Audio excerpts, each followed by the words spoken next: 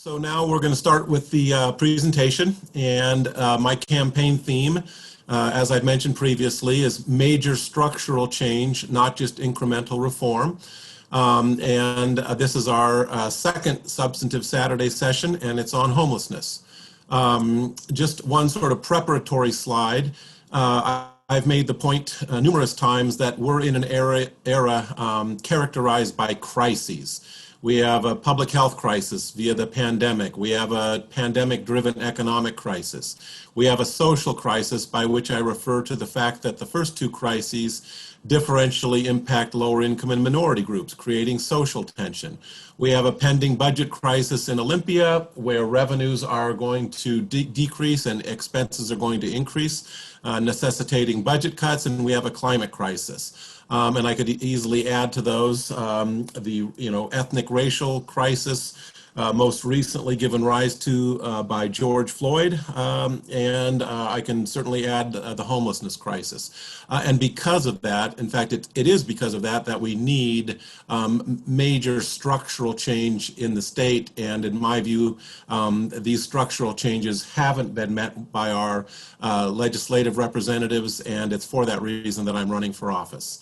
Okay, so on to the topic of the day, homelessness. There's three things that we're going to discuss. First, the dynamics. What are the underlying factors, and there's one major one, driving the homeless crisis? We'll talk about that. Second, we'll talk about the fact that the homeless crisis is complicated, and it's complicated because there's so many segments of individuals, government entities, stages of the crises, etc., involved. So it's complicated, and it's important to appreciate that complexity because it makes coming up with simplistic solutions basically impossible.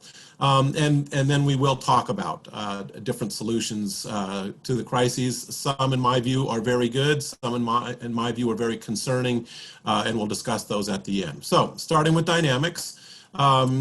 This will be familiar to most, if not all of you, but it's important to review nonetheless. What's causing the housing crisis? And really, it's sort of useful to think of it as an engine, an economic engine that keeps producing homelessness. And what is that engine? It is the fact that Seattle is a highly educated, I think it has the most learned sort of workforce amongst major cities in the country. And for those reasons and others, companies, in particular tech companies, want to come here. And they have come here and hired huge numbers of people, mostly these are higher income jobs. Amazon's the most notable of company, of course. So there's a huge employment surge and a huge population influx, and that leads to a housing shortage. We have excess demand for housing and not enough supply, and that's led to skyrocketing prices for housing, and that means lower income individuals have a hard time affording their housing. Their housing prices go up. In addition, developers want to tear down existing low-income housing in order to make way for more higher-income housing and thereby make more money. So there's this shortage, and that, of course, leads to lower-income individuals losing their housing. That leads to gentrification. Initially, there was a major movement north, and now there's the movement has more switched to the south, Federal Way, etc. But gentrification's occurring, and also homelessness.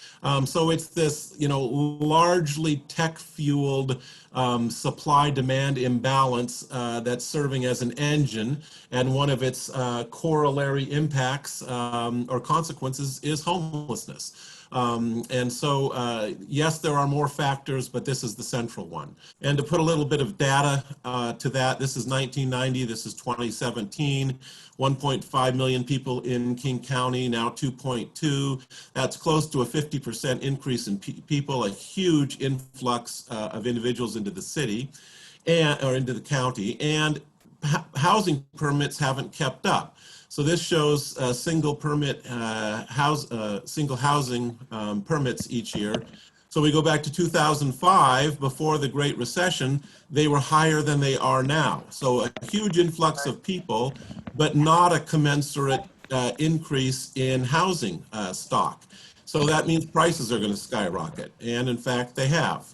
So this is the new home sale prices in King County since 2009, dipped down a little bit from the recession, $400,000, and now it's more than double that. And so this, of course, makes housing unaffordable to many people. They can't lose their home, they can't maintain their homes, they can't maintain their rents, which grow up, which increase. Existing housing stock is taken down that is low income to make way for higher income housing stock, and people lose their homes and become homeless.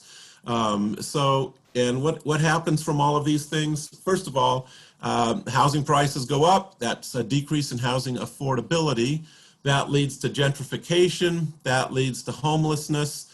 That leads to increased crime, increased drug use. It also has impacts on existing businesses as the homeless communities sort of spring up and develop near existing businesses. That hurts them, and it has a sort of a negative effect on a number of our communities. Also, new businesses, because housing prices are so high, can't afford to locate here. So it sort of inhibits new non-tech businesses from moving to Seattle. They can't afford to pay their employees enough to afford housing. It also has a deleterious impact on government budgets as the homeless crisis demands financial solutions, and it has a big impact on the soul of the city. So a multifaceted negative impacts from the crisis. All right.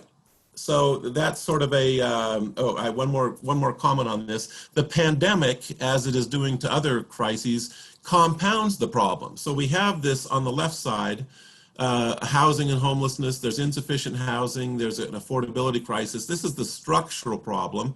That's what we just talked about. But it's exacerbated by the pandemic. More people are losing their jobs. More people are unable to pay rent. There's fewer government resources available to deal with the problem because of the recession from the pandemic. So we have one emergency compounded by another emergency. So, you know, it's one more area where our society right now is under tremendous strain. All right, so those are the dynamics, and as I said before, I do think it's a useful model to think of it as sort of an engine that just churns along due to economic forces, and because of that, it's very difficult to meaningfully address. The next bullet point section deals with what I consider to be a very important dimension to this and underappreciated is just how complicated this is, all right? So the underlying dynamics aren't that complicated, but when one looks a little closer, it is complicated. And I'll talk about three dimensions along which it's complicated. The first is there are many segments of homeless people, and this it may seem obvious, but what's less appreciated is how they have very different needs. So we have individuals and families who temporarily lose housing, and what they need is just you know, a little bit of time in shelter or temporary housing as they're able to recover. That's altogether different than people that are chronically year after year homeless. So we also have veterans, elderly people, we have youth, runaways, we have youth leaving our foster care system. And for those of you that follow the foster care system, that's underfunded. There's stories of children being placed in 25 different homes by the time they're 8 years old. This leads to, of course, emotional problems and a higher propensity to become homeless. There's individuals with addictions, there's individuals with mental health issues, et cetera, et cetera. So the point is multifaceted demographics occupy the homeless movement, and because of that, we need many different strategies. We need temporary shelters, permanent shelters, transitional housing, permanent housing, many services, et cetera. So it's complicated in terms of the various constituent groups that comprise the homeless community. It's also complicated by the fact that there's many different providers of services. The federal government provides Section 8 housing vouchers, which we'll talk about. The state government provides housing and essential needs, the Housing Trust Fund. The county government provides services. There's the Seattle Housing Authority. Many of you will know that King County and Seattle are now combining to form the King County Regional Homeless Authority. There's quasi-governmental agencies like Sound Transit, which are involved in housing, which I'll talk about momentarily. There's nonprofit organizations, Plymouth Housing, and there's private developers who are required to provide housing stock through, in Seattle, a program called HALA, which I'll talk about momentarily. So many different individuals, groups of individuals in housing, in the homelessness state, and many different agencies and organizations trying to coordinate to provide housing. So it's very complicated. And even to add a bigger picture perspective, there's also a life cycle perspective.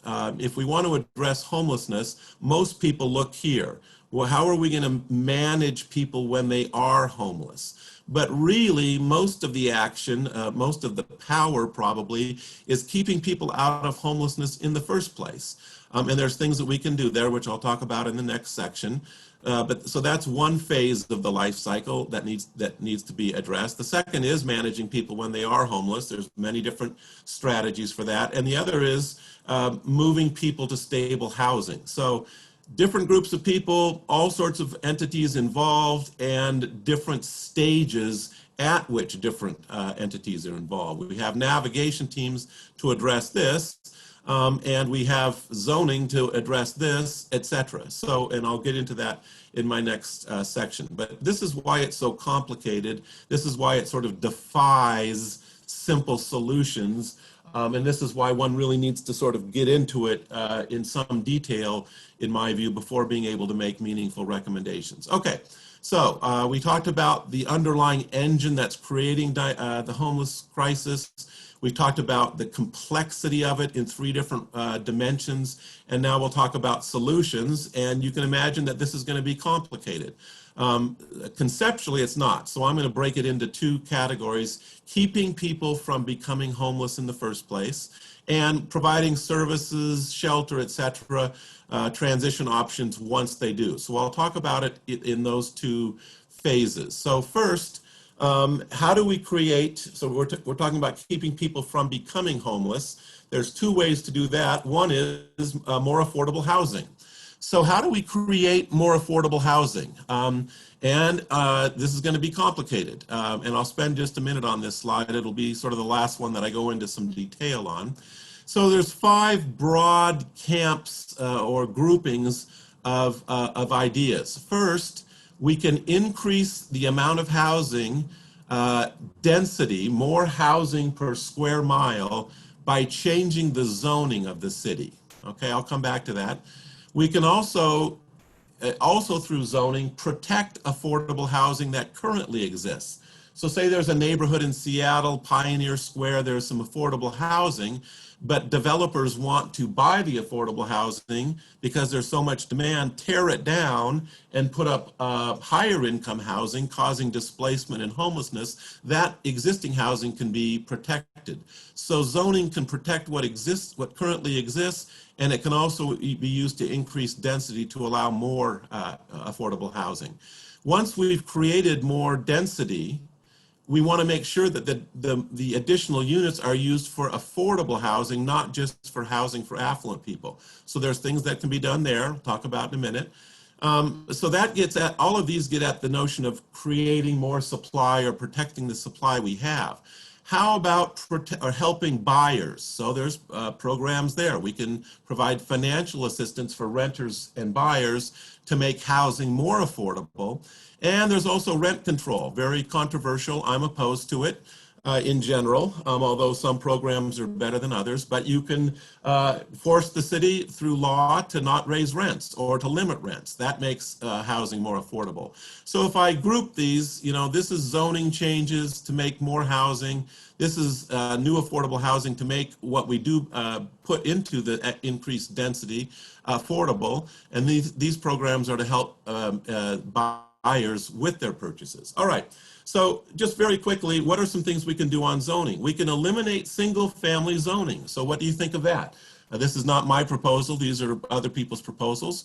You go to a neighborhood and say, they're no longer zoned for single families. We can put up duplexes, apartments, etc. It totally changes the character of a neighborhood in Seattle. Very controversial. I tend to be opposed to it in general. We can also allow what are called accessory dwelling units. So instead of eliminating single family zoning, we go to a community and we let people put like a cottage in their backyard. I'll talk about that more in just a minute. We can also just upzone areas. We can go to areas where there's condominiums that now can be built to 5 stories and let people build them to 10 stories, adding density and more housing. There's also transit-oriented development where you zone transit stops to allow more height than the community around them, to allow housing and retail, and create high-density, affordable housing near transit, which is also beneficial for the climate because it encourages transit, and it's also it's good for the support of people that are low income who oftentimes don't have other transit opportunities. Anyway, ways to increase density. I've talked about zoning historic areas to make sure developers can't buy and upgrade lots. And then, so if we have more density, we want to make it affordable, and we have many ways to do that. We have government development of housing. You have the Seattle Housing Authority that builds housing developments. We have government subsidized development where the government's not building it, but they're giving out loans and grants to subsidize developers that will build subsidized housing. We have nonprofits like Plymouth Housing that raise capital and build affordable housing. And we have forced private. This is important, and I'll touch on it right now. Let's say that an area is upzoned. So in an area in Seattle that used to allow 5-story condominiums, now it's going to be 10 stories. That increases density, which is good, but what if all the units are just high-income condominiums? We're not really helping the cause. So what the city has done is it's introduced a program called HALA, Housing Affordability and Living Agenda, and what it does is it says to the developers, we're going to upzone a specific area of the city, but once we do, you're going to have to put X% of the units dedicated to affordable housing. So it's almost like a enforced limited rent control as a compensation for giving developers the opportunity to put more units onto land. So that's being done, and I support that. We can also provide financial assistance. The federal government gives Section 8 housing vouchers to people. People put their names on lists, and they become eligible for housing vouchers, which they can then use to enter the actual competitive market, but use their assistance to rent units. I support that. There's Seattle rental assistance and utility assistance programs. I support that. I also talked about rent control. There's 2 models, which I'll talk about later. One is, in my opinion, reasonably dreadful, one more credible. I don't tend to be in favor of these. But again, many different levers or options or strategies. Increase zoning to allow more housing, make sure the housing that comes is affordable, and help buyers afford the affordable housing that is built. So I think we're starting to appreciate the complexity of the problem. All right, single family zoning. So this is a map of Seattle, and I won't go into the details other than to say the light brown is single family housing. So there's 1 unit, 1 house per lot in all the light brown areas. So one way to increase density would be to change that. And that raises huge questions. That would change the character of the neighborhoods. It would change the character of the city. Which neighborhoods would lose their single family zoning status? It has impacts on housing values. If the single family zoning is eliminated, your lot value goes up because developers can put more lots on it, but the value of your house itself goes down. And it has impacts on crime rates, highly, highly controversial. And I tend to not be in favor of it. I think there's a lot to be said for single family zoning, but this raises many issues as you can imagine, issues of class favoritism, etc. So I'm not here to provide an answer or attempt to, just to say it's one possible option. I talked about increasing density not by allowing people to build duplexes and triplexes by getting rid of single family lots. But this is a different idea, which I've talked about, which is now legal. You can put what's called an accessory dwelling unit or a detached accessory dwelling unit, ADUs and DADUs, on single family lots. So here's a homeowner who made an addition to their lot. So you change the zoning a little bit to allow this, or you enable them to put it in the backyard. They call these backyard cottages. So these are two ways to increase density, create more housing. This is affordable housing, of course. So that's, this is one lever that's being pursued by the city. And it leads to the question, where do we stand in terms of density? Do we have a lot of room to increase Seattle's density? And a lot of people say yes. So if we look worldwide at cities, this is population per square mile. Manila, 120,000. We're at 8,000. And the top 20 cities end at 60,000. And then we move to the US. None of those cities are in the top 20. New York, of course, very high. But then San Francisco, more than twice our level of density. So even so, we're pretty highly ranked. But nevertheless, a lot of people argue that there's considerable room for us to, more dramatically increase our density in Seattle. Rent control, I've talked about this. I don't tend to be in favor of it. There's sort of two models. One at the city level in New York, San Francisco, where these aren't state rent control measures. These are city, and you can't basically raise rent. So if, let's say, Matthew moves into a new unit, once he does, he's guaranteed to be able to continue that rent or with very minimal increases, essentially indefinitely. Last year, Oregon instituted the first statewide rent control bill in the nation, and it's quite different because it allows landlords to raise rents by inflation and 7% per year. So it's a rent control light, if you will. So that's, in my opinion, I'm not saying I support it, I'm just saying it's more intriguing. But there are issues with rent control. Rent control doesn't create new housing. It just makes what does exist more affordable. But it also leads to incentive problems. Developers have less incentive to build new housing when they can't charge what they want to rent it. And also, if you're a landlord and your rents are limited, you can't increase them, let's say in the New York, San Francisco model, they typically take the approach, okay, then I'm not going to maintain the unit. I'll just let it become dilapidated because no longer does it make sense for me to maintain it in order to attract higher rents.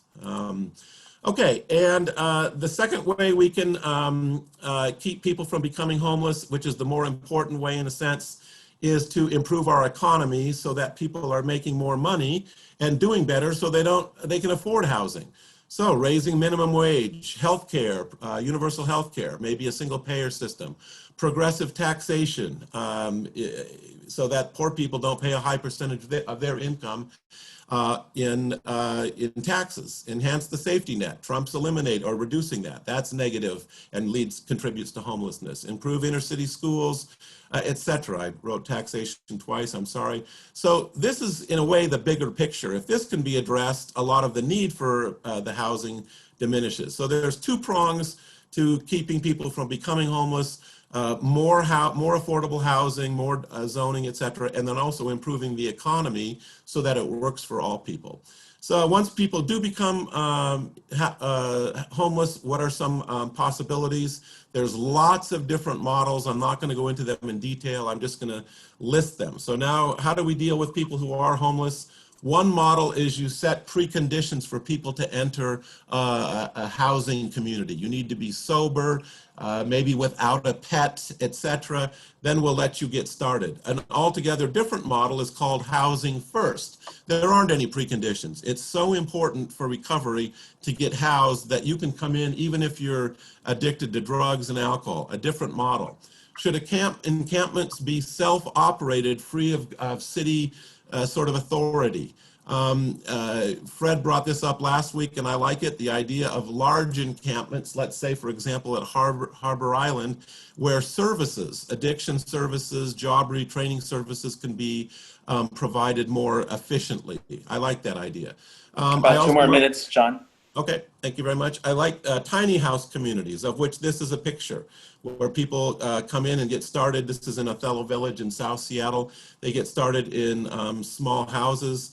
There's also the model which I talked about before, life cycle planning, where people transition from one stage to another. And there's navigation teams, which are roving groups of people, city employees, police officers, and service providers that go to homeless encampments to help them become more sufficient, more secure. The point is there's many models for dealing with housing. Then there's also additional issues that get raised by the pandemic. We talked a little bit about this last week. Should we provide rent relief to tenants? Should we provide utility relief? Delays on evictions, that's been passed in Olympia. In my opinion, if we do this, there needs to be compensation for landlords. As I talked about last week, you can't just have them bear the brunt of these subsidies. And also, where should homeless camps be allowed? There's a motion now in Seattle City Council to allow them anywhere and not allow them to be moved. I don't support that. I think it should be legal to create encampments, but I think the process should be managed. So just another couple slides. Yeah, two more slides. So a summary of the key points. It's important to appreciate the structural underpinnings, this tech-led engine that keeps driving the crisis. It's also complicated with different segments of homeless people, different entities involved in responding to the crisis, and different stages of the life cycle to address it. So it's very complicated, lots of different segments of participants. Two types of solutions: keep people from becoming homeless and providing the appropriate support once they do. And there's many different strategies in both those camps. And some of these strategies are good, some are bad. People have very different views on them. I just sort of briefly summarized my view on some main ones. We will have different views on these, and I certainly respect that. To me, the biggest priority needs to be improve the economy to help lower income individuals. That includes things like progressive taxation. I like some of the zoning proposals to increase density, accessory dwelling units and detached accessory dwelling units. I like transit-oriented development, which we talked about. I like HALA, which forces developers to set aside some of their units for affordable housing. I very much support public and nonprofit investment in housing. I support Section 8 vouchers. I like Fred's idea of the large encampments. I also like the tiny villages. I like temporary financial protections during the pandemic, providing rent relief, but not at the hands of landlords. And I talked about my view last week that I think landlord assistance should be means tested. So these are some of the major programs I like. I'm opposed to income inequality that continues to rise in our country, that also fuels the homeless crisis. Some zoning proposals to increase density I'm not in favor of. I don't think it's good to eliminate single-family zoning, and areas of the city shouldn't be upzoned for developers without HALA provisions to require them to contribute to affordable housing. I don't tend to be in favor of rent control, although rent control light is less objectionable to me. And I think I think homeless shelters need to be able to exist, but they need to be managed. They shouldn't be put up in parks next to our baseball fields, and they shouldn't be in front of businesses. So they should be, their location should be managed. So that is a tremendous amount of material in 28 minutes, and I hope that was reasonably intelligible. The slides will be posted